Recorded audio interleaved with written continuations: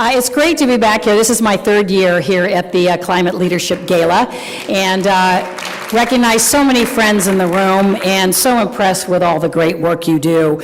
I like to kind of think of this as 50 minus 2, the 48th anniversary of Earth Day, which was really the beginning of the modern environmental movement. And I'm so pleased to be here with Dennis Hayes, who was there at the forefront. I had the great fortune in college to work for one of the other co-sponsors of the first Earth Day, Congressman Pete McCloskey, who was my local congressman growing up. So it feels like this is something that goes right back to my early political roots. Growing up in California, I remember when you couldn't see across the street in Los Angeles, when Los Angeles looked like what Beijing looks like today.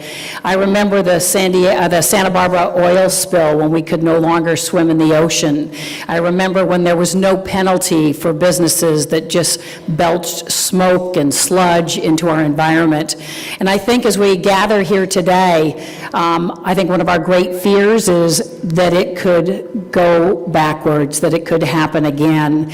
But thanks to all of you who are here in the room, who are leading the way forward, whether you're in nonprofits, NGOs, in business, it's not going to happen again. We are moving forward, and we're going to have so much to celebrate, I think, on the 50th anniversary of Earth Day. So let that celebration begin tonight.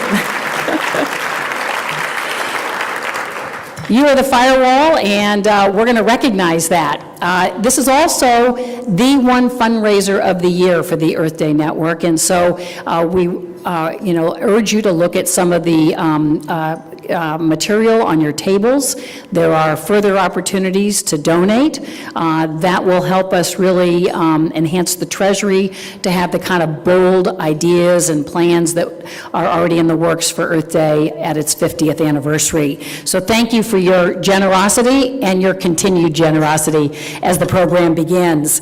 My job is just to keep the program moving. So I'm going to keep you on target, make sure that you get out of here at a reasonable hour, but that we also give the recognition where recognition is due. And we begin with Ovi Mughelli, who is a 9-year veteran of the NFL, who played for our local Baltimore Ravens, also for the Atlanta Falcons.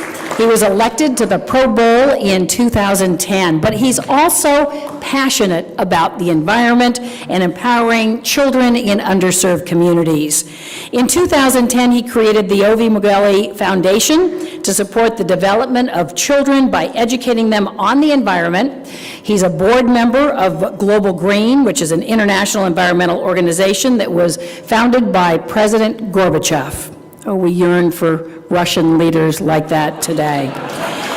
They actually named Ovi a top 5 eco-athlete, and I'm pleased to bring him up to the stage tonight.